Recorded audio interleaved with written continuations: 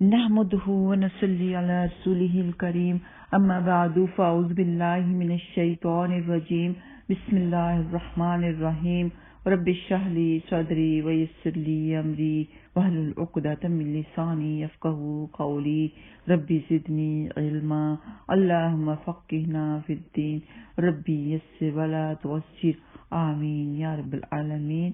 تو آج کا ہمارا سبق ہے سورۃ البقرہ آیت نمبر 142 143 کا پہلے تفسیر، بعد میں لفظی ترجمہ انشاءاللہ تعالی۔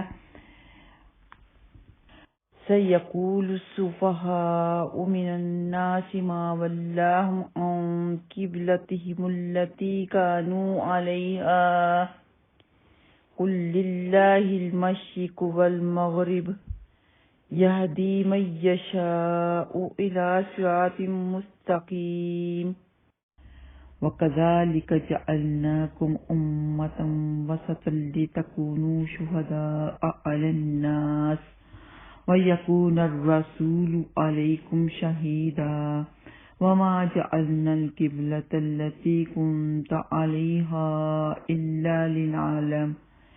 إِلَّا لِنَعْلَمَ مَن يَتَّبِعُ الرَّسُولَ مِمَّن يَنقَلِبُ عَلَىٰ عَقِبَيْهِ وَإِن كَانَتْ لَكَبِيرَةً إِلَّا عَلَى الَّذِينَ هَدَى اللَّهُ وَمَا كَانَ اللَّهُ لِيُضِيعَ إِيمَانَكُمْ إِنَّ اللَّهَ بِالنَّاسِ لَرَءُوفٌ رَحِيمٌ۔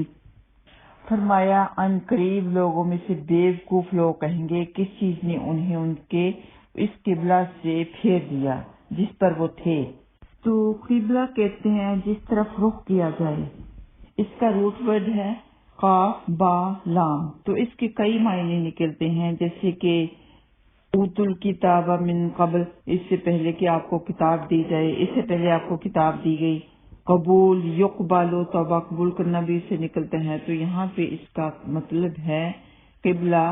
قبلہ کا مطلب کہ رخ جس طرف کیا جائے، تو ظاہر سی بات ہے کہ مومن کا رخ ہر عبادت کے لیے قبلہ کی طرف ہی ہوگا، اور اللہ سبحانہ تعالیٰ کی جو ذات ہے، جو پاک ذات ہے، وہ مشرق اور مغرب، شمال و جنوب کی قیدیوں سے بالاتر ہے، اور یہ حقیقت ہے کہ اگر قبلہ کو متعین نہ کیا جاتا تو ہر بندہ اپنی مرضی کا مالک ہوتا، اور جس طرف اس کا جی چاہتا وہ اسی طرف اپنا منہ کر کے نماز پڑھتا رہتا، اور ایک ہی وقت کئی آدمی کئی اطراف کی طرف منہ کر کے نماز پڑھ رہے ہوتے۔ یہ بڑا عجیب سا لگتا، اسی لیے مسلمانوں پر یہ فرض کر دیا گیا کہ وہ جب بھی نماز پڑھیں تو وہ بیت اللہ کو اپنا قبلہ بنا لیں اور بیت اللہ کی طرف منہ کر کے نماز پڑھیں۔ پہلے اللہ کے نبی صلی اللہ علیہ وسلم بیت المقدس کی طرف منہ کر کے نماز پڑھا کرتے تھے۔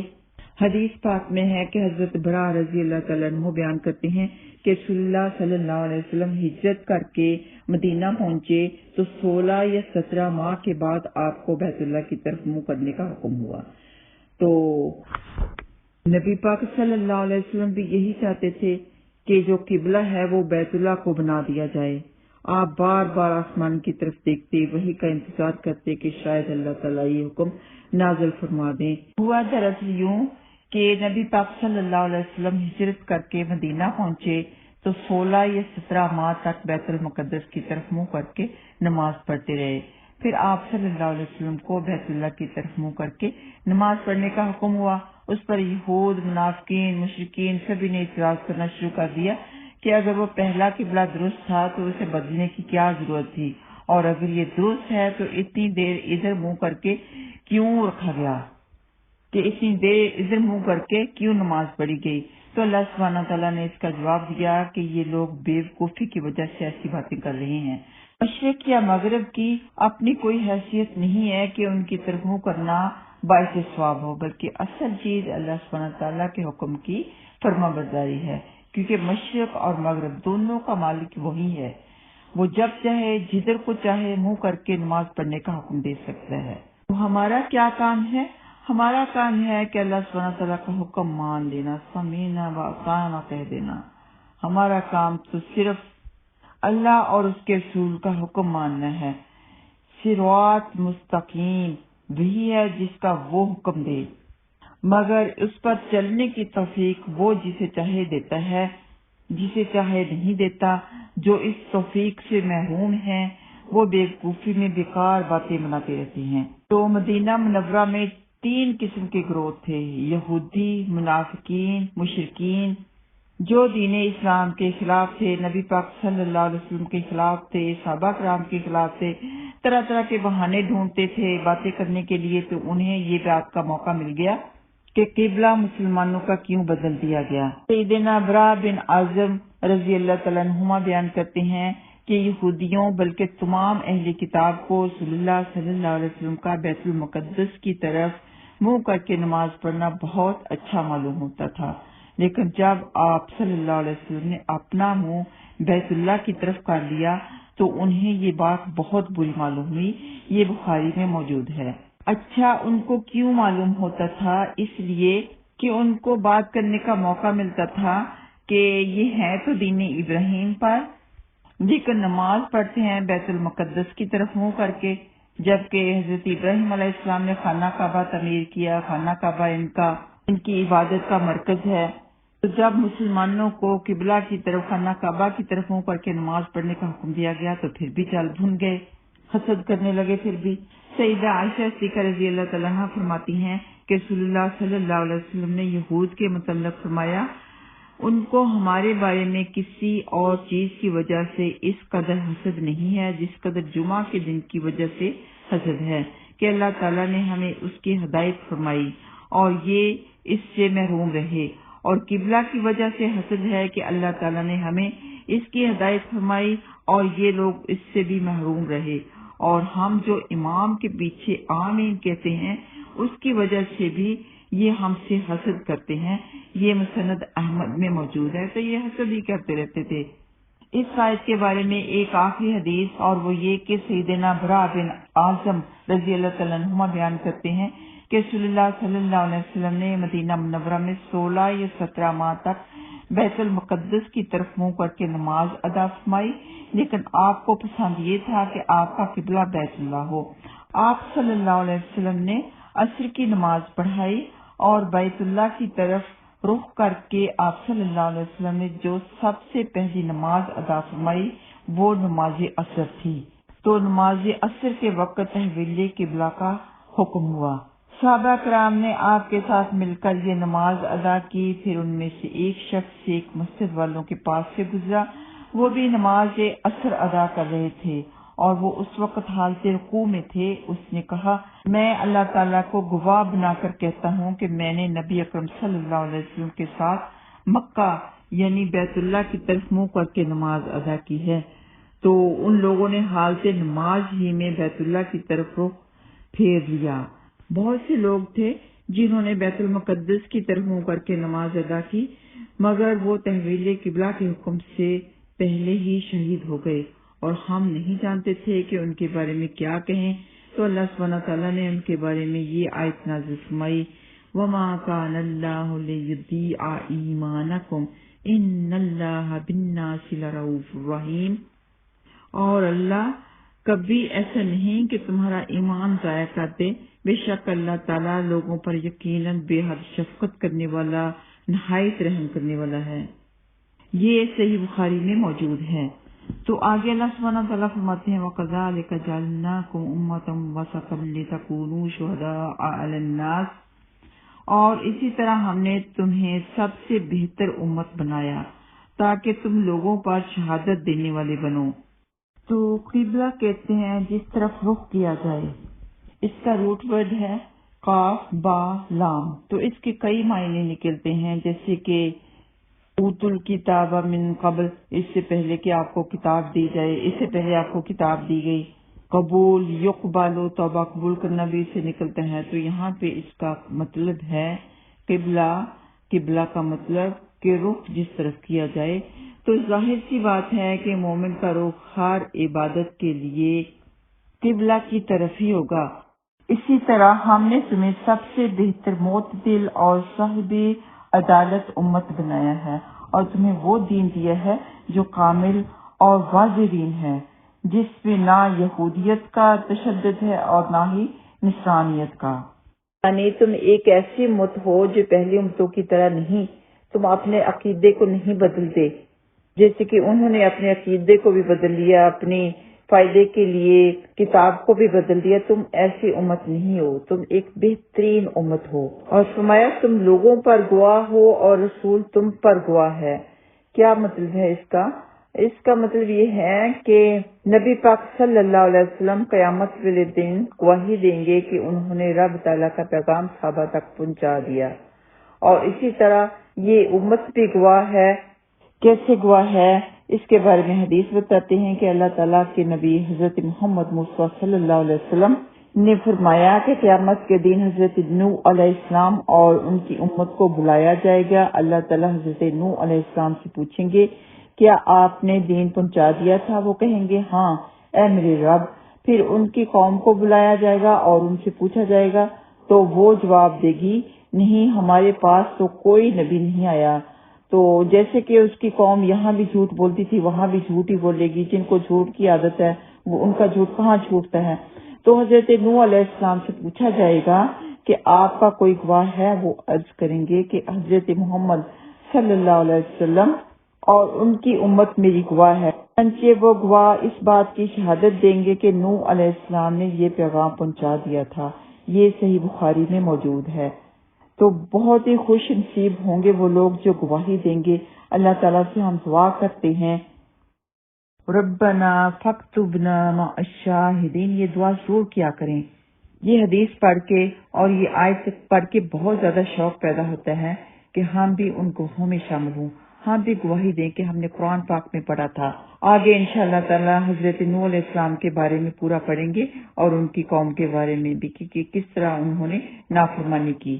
فرمایا وَكَذَلِكَ جَعَلْنَاكُمْ أُمَّةً وَسَطًا لِتَكُونُوا شُهَدَاءَ عَلَى النَّاسِ، اتنی پیاری آیت ہے۔ اور اسی طرح ہم نے تمہیں سب سے بہتر امت بنایا تاکہ تم لوگوں پر شہادت دینے والے بنو۔ یہ سعادت کسی اور امت کو نہیں ملی، یہ سعادت صرف اور صرف نبی پاک صلی اللہ علیہ وسلم کی امت کو ہی ملی کہ ہم گواہ بنیں گے انشاءاللہ تعالی۔ لیکن ایسے لوگ جو بدعتیں پھیلاتے ہیں، ایسا کام جو دین میں نہیں ہے اپنی طرف سے ایجاد کرتے ہیں، لوگوں کو غلط ملت میسج سینڈ کرتے ہیں اپنی دنیا کے فائدے کے لیے، دین کا علم ہونے کے باوجود دنیا کے فائدے کے لیے اپنی طرف سے فضائل بتانا سراسر ظلم ہے، بدعت ہے۔ تو ایسے لوگوں کو وہاں پہ گواہ نہیں بنایا جائے گا کہ بدعتیوں کو تو جامع کوثر تک نصیب نہیں ہوگا۔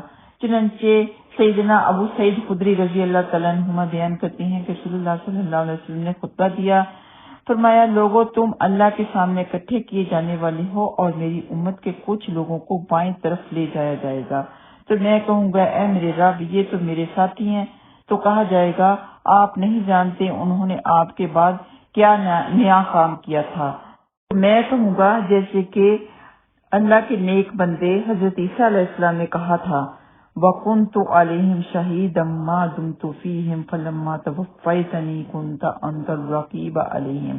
سورۃ المائدہ میں یہ آیت ہے کہ میں یہ ایسے کہوں گا اور میں ان پر گواہ تھا جب تک ان میں رہا، پھر جب تو نے مجھے اٹھا لیا تو تو ہی ان پر نگران تھا۔ یہ صحیح بخاری میں موجود ہے کہ بدعتیوں کے بارے میں نبی پاک صلی اللہ علیہ وسلم اللہ تعالیٰ سے یہ کہیں گے۔ اور یہی بات جب آپ صلی اللہ علیہ وسلم نے حجۃ الوداع میں صحابہ کرام رضی اللہ تعالیٰ عنہم سے پوچھی کہ کیا میں نے اللہ کا پیغام آپ لوگوں تک پہنچا دیا، تو سب نے کہا بے شک آپ نے پہنچا دیا۔ یہ بخاری میں موجود ہے۔ تو صحابہ کو نبی پاک صلی اللہ علیہ وسلم نے گواہ بنایا کہ اللہ کا ہر حکم میں نے پہنچا دیا۔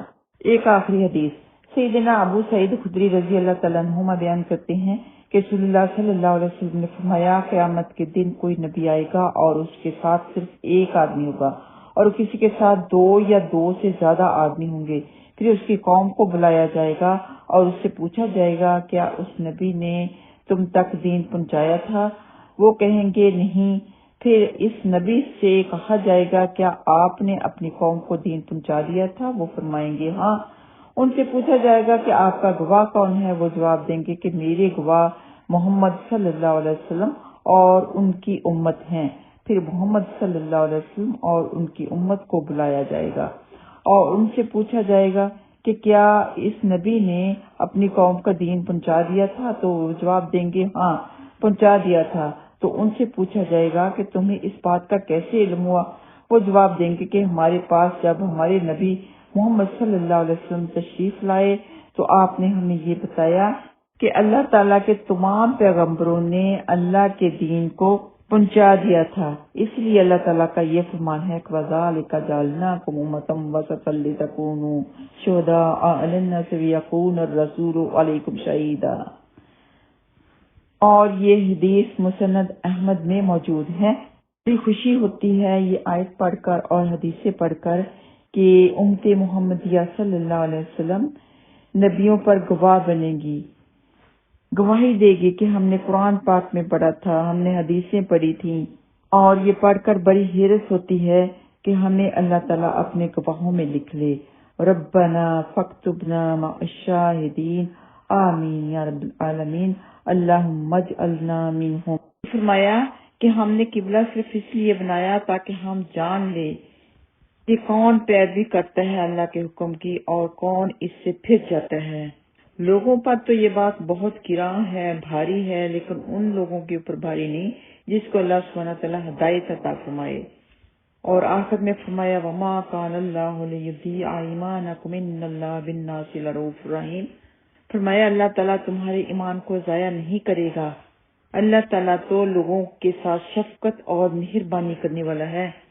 آج صحابہ کرام کے ذہن میں یہ اشکال پیدا ہوا کہ جو صحابہ کرام رضی اللہ تعالیٰ عنہم اجمعین بیت المقدس کی طرف رخ کر کے نماز پڑھنے کے زمانے میں فوت ہو چکے تھے، یا ہم جتنے عرصے اس طرف رخ کر کے نماز پڑھتے رہے ہیں یہ ضائع ہو گئیں، یا شاید ان کا ثواب نہیں ملے گا۔ تو اللہ تعالیٰ نے فرمایا یہ نمازیں ضائع نہیں ہوں گی، تمہیں پورا ثواب ملے گا۔ یہاں نماز کو ایمان سے تعبیر کر کے یہ بھی واضح کر دیا کہ نماز کے بغیر ایمان کی کوئی حیثیت نہیں ہے۔ ایمان تب ہی معتبر ہے جب نماز اور دیگر احکام الہی کی پابندی ہوگی۔ تو آخرت میں بھی سب سے پہلے نماز کے بارے میں سوال ہوگا۔ یہ حقوق اللہ میں شامل ہے اور یہ سب سے پہلا حق ہے اور اس کا سب سے پہلے سوال کیا جائے گا۔ جو اس بات میں کامیاب ہو گیا تو مطلب یہ کہ اس کا باقی حساب کتاب آسانی سے لیا جائے گا۔ اللہ سبحانہ تعالیٰ سے دعا ہے کہ اللہ سبحانہ تعالیٰ ہمیں، ہمارے بچوں کو، ہماری اولادوں کو، ان کی نسل بر نسل کو، سب کو 5 وقت کے نمازی بنائے۔ آئیے آتے ہیں لفظی ترجمہ کی طرف۔ ان قریب یقول وہ سب کہیں گے، السفہاء جو کہ بے وقوف ہیں، من الناس لوگوں سے، ما کس چیز نے، ولاہم انہیں پھیر دیا۔ واللہ کا روٹ ورڈ ہے واو لام یا، تو اس کا معنی ہے پھر جانا۔ تولاؤ تو آپ لوگ آگے پڑھیں گے کہ تم پھر گئے، یا ولاؤ وہ پھر گئے، مطلب ولی ہو جانا، جس چیز کو وہ پسند کرتے تھے اس طرف پھر جانا۔ واللہم انہیں پھیر دیا ہے، آن قبلتہم ان کے قبلے سے، آن سے قبلتہم ان کے قبلے، التی وہ جو قانو وہ سب تھے، علیہا اس پر، قل اے نبی پاک صلی اللہ علیہ وسلم آپ کہہ دیجئے، للہ اللہ کے لیے ہے، المشرق و مشرق، والمغرب اور مغرب، یہدی وہ ہدایت دیتا ہے، من یشاء جسے وہ چاہتا ہے، مان جس کو، یشاء وہ چاہتا ہے، الی صراط مستقیم سیدھے راستے کی طرف، وکذالک اور اسی طرح جعلناکم ہم نے بنایا تم کو، جعلنا بنایا، نا ہم نے، کم تم کو، امتن امت، وسطن معتدل امت، لتکونوا تاکہ تم سب بنو شہداء گواہ، علی الناس لوگوں پر، ویکون اور ہو، الرسول رسول صلی اللہ علیہ وسلم، علیکم تم پر، شہیدہ گواہ، وما اور نہیں، جعلنا بنایا ہم نے، القبلہ وہ قبلہ، التی وہ جو، کنتت آپ تھے، علیہا اس پر، یعنی کہ بیت المقدس، اللہ مگر، لنعلم اس لیے کہ ہم جان لیں، من کون، یتبع پیروی کرتا ہے، الرسول رسول کی، ممن اور کون، ینقلب پھر جاتا ہے، علی عقبیہ اپنی ایڑیوں کی بل، وَإِنْ اور اگرچہ کانت تھی، لکبیرتن یقیناً گراں باری، اللہ مگر، علی الذین ان لوگوں پر گراں نہیں جنہیں ہدا ہدایت دی اللہ اللہ نے، وما اور نہیں، قان اللہ ہے اللہ تعالیٰ لیبدیع کہ وہ ضائع کر دے ایمانکم تمہارے ایمان کو، ان اللہ بے شک اللہ بالناسی لوگوں پر لرؤوف یقیناً شفقت کرنے والا رحیم بڑا مہربان ہے۔ وآخر دعوانا ان الحمدللہ رب العالمین۔ السلام علیکم ورحمۃ اللہ وبرکاتہ۔